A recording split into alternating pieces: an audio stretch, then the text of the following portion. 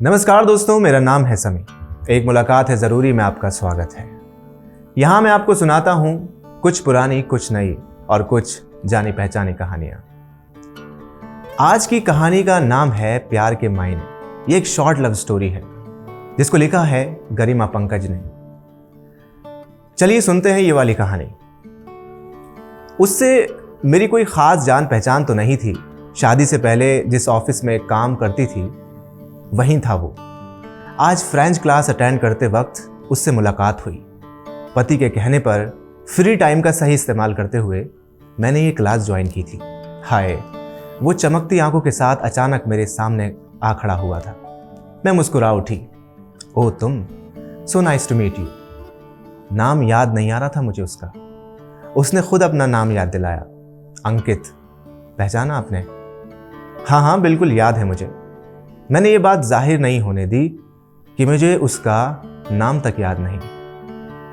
और सब कैसा है? उसने पूछा। हाँ, सब ठीक है। यहीं पास में घर है मेरा। पति आर्मी में है, 2 बेटियां हैं। बड़ी 7वीं क्लास में और छोटी 3री क्लास में पढ़ती है। वाह, ग्रेट। अब मेरे साथ चलने लगा था। मैं 2 हफ्ते पहले ही दिल्ली आया हूँ। वैसे मुंबई में रहता हूँ। मेरी कंपनी ने 6 महीने के प्रोजेक्ट वर्क के लिए मुझे यहाँ भेजा है। सोचा फ्री टाइम में ये क्लास भी ज्वाइन कर लूँ। गुड। अच्छा अंकित, अब मैं चलती हूँ। यहाँ से मुझे ऑटो भी लेना है। ओके बाय, कहकर वो चला गया। मैं घर आई। अगले 2 दिनों की छुट्टी ली। मैं घर के कामों में पूरी तरह बिजी थी। बड़ी बेटी का जन्मदिन था और छोटी का नए स्कूल में दाखिला कराना था। 2 दिन बाद क्लास पहुंची तो अंकित फिर सामने आ गया।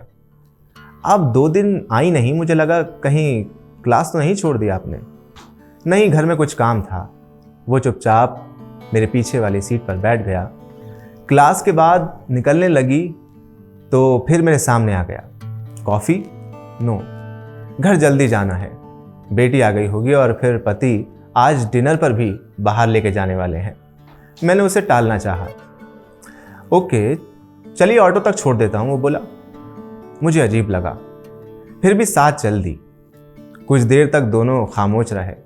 मैं सोच रही थी ये तो दोस्ती की फिराक में है, जबकि मैं सब कुछ बता चुकी हूँ। पति हैं, बच्चे हैं, और पता नहीं था कि वो चाहता क्या है। तभी उसकी आवाज़ सुनाई दी। आपको किरण याद है? हाँ याद है। वही ना जो आकाश सर की पीए थी? हाँ पता है। वो कनाडा शिफ्ट हो गई है, अपनी कंपनी खोल ली है वहाँ।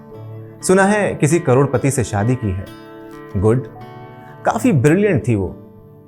हाँ, मगर उसने एक काम बहुत गलत किया। अपने प्यार को अकेला छोड़कर चली गई। प्यार? कौन, आकाश? हाँ, बहुत चाहते थे वो उसे। मैं जानता हूँ वो किरण के लिए भी जान दे सकते थे। मगर आज के ज़माने में प्यार और जज्बात की कदर ही कहाँ होती है। अच्छा मैं चलती हूँ, कहकर मैंने ऑटो वाले को रोका और उसमें बैठ गई। वो भी अपने रास्ते चला गया। मैं सोचने लगी आजकल बड़ी बातें करने लगा है, जबकि पहले कितना खामोश रहता था। मैं और मेरी दोस्त ऋचा अक्सर मजाक उड़ाते थे इसका, पर आज तो बड़े जज्बातों की बातें कर रहा है। मैंने मन ही मन मुस्कुरा उठी। फिर पूरे रास्ते उस पुराने ऑफिस की बातों को सोचती रही। मुझे समीर याद आया। बड़ा हैंडसम था। ऑफिस की सारी लड़कियां उस पर फिदा थीं। मैं भी उसे पसंद करती थी, मगर मेरा झुकाव तो अजीत की तरफ ही था। ये बात अलग है कि अजीत से शादी के बाद यह एहसास हुआ कि 4 सालों तक हमने मिलकर जो सपने देखे थे उनके रंग अलग अलग थे। हम एक दूसरे के साथ तो थे, मगर एक दूसरे के लिए बने हैं ऐसा कम ही महसूस होता था। शादी के बाद अजीत की बहुत सी आदतें मुझे तकलीफ देती, पर इंसान जिससे प्यार करता है उसकी कमियां दिखती कहाँ हैं। शादी से पहले मुझे अजीत में सिर्फ अच्छाइयाँ दिखती थीं, मगर अब सिर्फ रिश्ता निभाने वाली बात रह गई थी। वैसे मैं जानती हूँ वो मुझे अब भी बहुत प्यार करते हैं, मगर पैसा हमेशा उनके लिए प्राथमिकता रही है। मैं भी कुछ उदास सी हो गई थी। अब दोनों बच्चियों को अच्छी परवरिश देना ही मेरे जीवन का मकसद था। अगले दिन ऑफिस के गेट के पास ही मिल गया अंकित, और पास की दुकान पर गोलगप्पे खा रहा था। उसने मुझे भी इनवाइट किया, पर मैं साफ मना करके अंदर चली गई। क्लास खत्म होते ही वो फिर मेरे पास आ गया। चलिए ऑटो तक छोड़ दूं? कहकर मैं अनमनी सी उसके साथ चलने लगी। उसने टोका, आपको वो मैसेज याद है जो आपके फोन में अनजान नंबरों से आते थे? हाँ याद है, क्यों, तुम्हें कैसे पता? मैं चौंकी। दरअसल आप एक बार अपनी फ्रेंड को बता रही थी तो कैंटीन में मैं पास में ही बैठा था और सब सुन लिया। आपने कभी चेक नहीं किया कि उन्हें भेजता कौन था? नहीं, मेरे पास इन फजूल बातों के लिए वक्त कहाँ था, और फिर मेरी एंगेजमेंट भी हो चुकी थी। हाँ वो तो मुझे पता है, मेरे एक दो दोस्त ने बताया था आपके बारे में। सच आप कितना खुशहाल हैं, जिसे चाहा उसे शादी की। हर किसी के जीवन में ऐसा कहाँ होता है। लोग सच्चे प्यार की कदर ही नहीं करते, या फिर कई दफ़ा ऐसा होता है कि बेतहाशा प्यार करके भी लोग अपने प्यार का इजहार नहीं कर पाते। क्या बात है, कहीं तुम्हें भी किसी से बेतहाशा प्यार तो नहीं था? मैं व्यंग से मुस्कुराई तो वो चुप हो गया। मुझे लगा मेरा इस तरह से हंसना उसे बुरा लगा। शुरू से देखा था मैंने, बहुत भावुक था वो। छोटी छोटी बातें भी बुरी लग जाती थी। पर्सनालिटी भी साधारण सी थी, ज़्यादातर अकेला ही रहना, गंभीर मगर शालीन था। उसके 2-3 दोस्त थे, वो उसके काफ़ी करीबी थे, मगर उसे इधर उधर वक्त बर्बाद करते या लड़कियों से हंसी मजाक करते कभी नहीं देखा था। मैं थोड़ी सीरियस होकर बोली, अंकित तुमने बताया नहीं तुम्हारे कितने बच्चे हैं और पत्नी क्या करती हैं? मैडम आपकी मंजिल आ गई, उसने मुझे टालना चाहा। ठीक है पर मुझे जवाब दो। मैंने जिद की तो वो मुस्कुराकर बोला, मैंने अपना जीवन एक एनजीओ के बच्चों के लिए नाम कर दिया है। मगर क्यों, शादी क्यों नहीं की? क्योंकि हर किसी की जिंदगी में प्यार नहीं लिखा होता, और बिना प्यार शादी को मैं समझौता मानता हूं। फिर समझौता मैं कभी नहीं करता। वो चला गया। मैं पूरे रास्ते उसी के बारे में सोचती रही। मैं पुराने ऑफिस में अपनी ही दुनिया में मगन रहती थी, उसे कभी अहमियत नहीं दी। मैं उसके बारे में और जानने को उत्सुक हो रही थी। मुझे उसकी बातें याद आ रही थी। मैं सोचने लगी, उसने मैसेज वाली बात क्यों कही? मैं तो भूल भी गई थी। वैसे वो मैसेज बड़े प्यारे होते थे। 3-4 महीने तक रोज़ 1 या 2 मैसेज मुझे मिलने। अनजान नंबरों से 1-2 बार मैंने फ़ोन भी किया, मगर कोई जवाब नहीं मिला। घर पहुंचकर मैं पुराना फ़ोन ढूंढने लगी। स्मार्टफोन आने के बाद मैंने अपना पुराना फ़ोन रिटायर कर दिया था।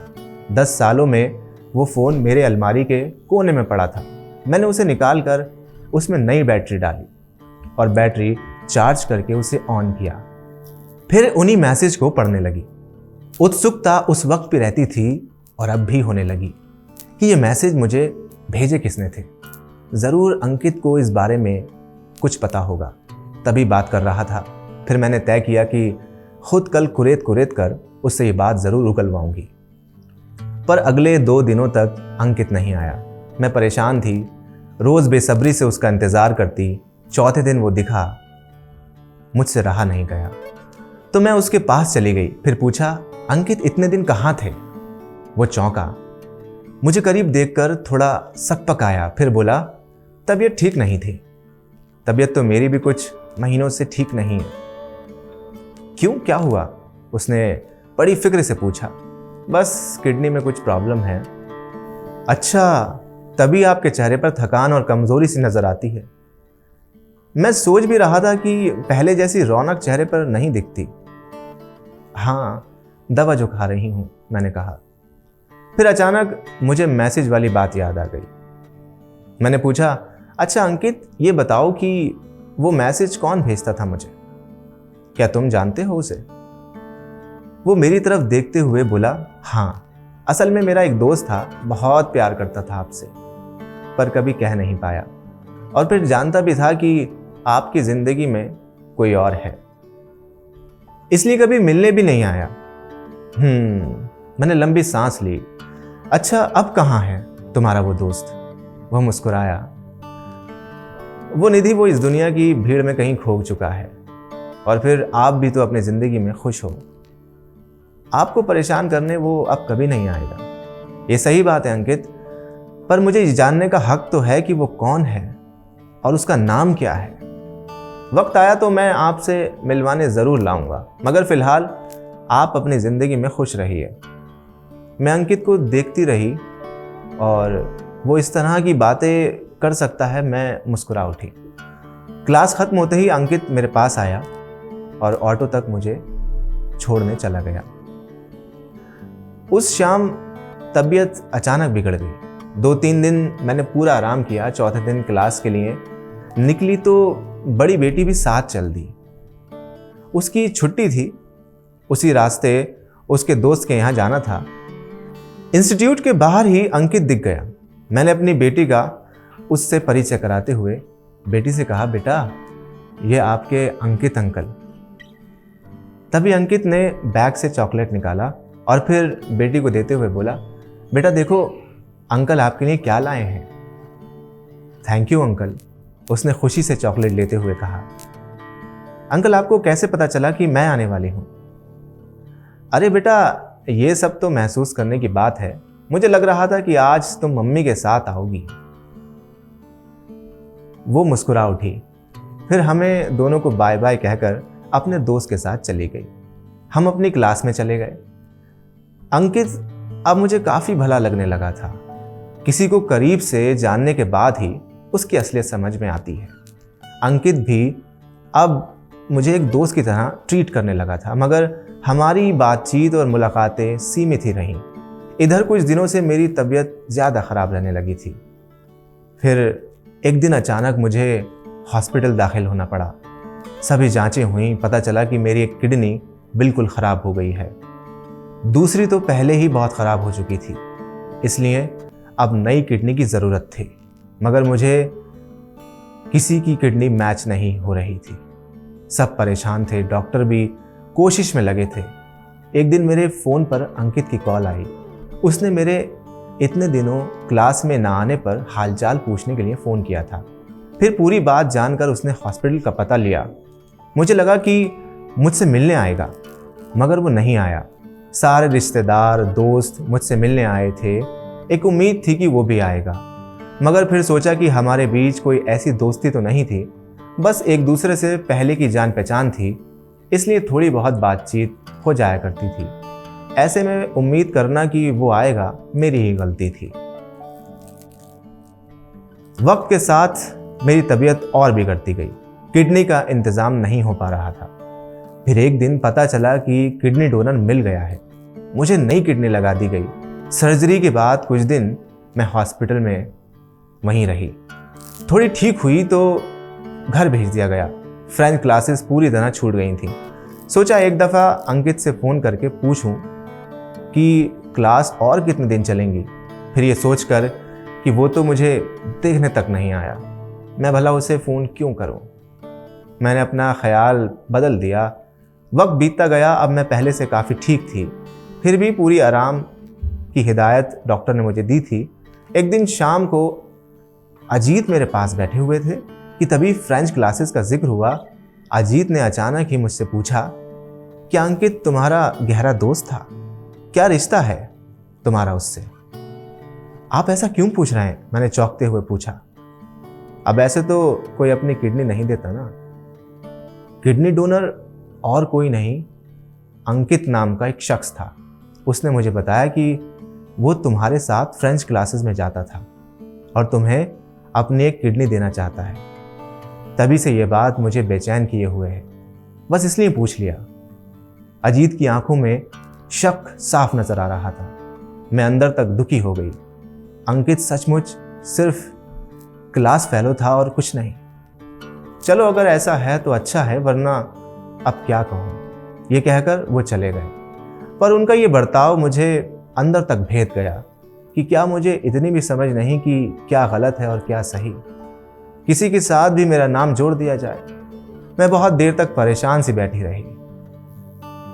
कुछ अजीब सा भी लग रहा था। आखिर उसने मुझे किडनी डोनेट क्यों की? दूसरी तरफ मुझसे मिलने भी नहीं आया। बात करनी होगी। सोचते हुए मैंने अंकित का फ़ोन मिलाया। मगर उसने फ़ोन काट दिया। मैं और ज़्यादा चिढ़ गई, फ़ोन पटक कर सिर पकड़कर बैठ गई। तभी अंकित का मैसेज आया, मुझे माफ़ कर देना निधि, मैं आपसे बिना मिले चला आया। कहा था ना मैंने कि दीवानों को अपने प्यार की खातिर कितनी भी तकलीफ़ सहनी मंजूर होती है, मगर वो अपनी मोहब्बत की आंखों में तकलीफ़ नहीं सह सकते, इसलिए मिलने नहीं आया। मैं हैरान सी उसका ये मैसेज पढ़कर समझने की कोशिश करने लगी कि वो कहना क्या चाहता है, मगर तभी उसका दूसरा मैसेज आ गया। आपसे वादा किया था ना मैंने कि उस मैसेज भेजने वाले का नाम बताऊंगा। असल में मैं ही आपको मैसेज भेजा करता था। मैं आपसे बहुत प्यार करता हूं। आप जानती हैं ना कि इंसान जिससे प्यार करता है उसके आगे बहुत कमज़ोर महसूस करता है। बस यही प्रॉब्लम है।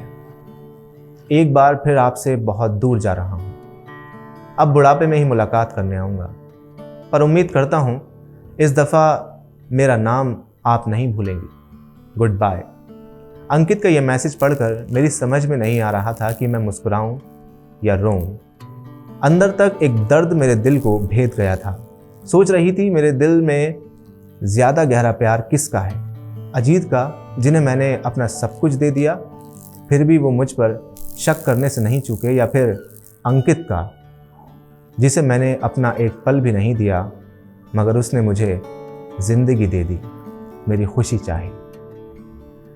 दोस्तों, आप भी ये कहानी सुनकर अपनी राय कमेंट सेक्शन में ज़रूर बताइए। आपको ये कहानी कैसी लगी, आप अपनी राय ज़रूर दीजिए और चैनल को सब्सक्राइब करिए। ऐसी ही कहानियाँ मैं आपको सुनाने आता रहूँगा। धन्यवाद।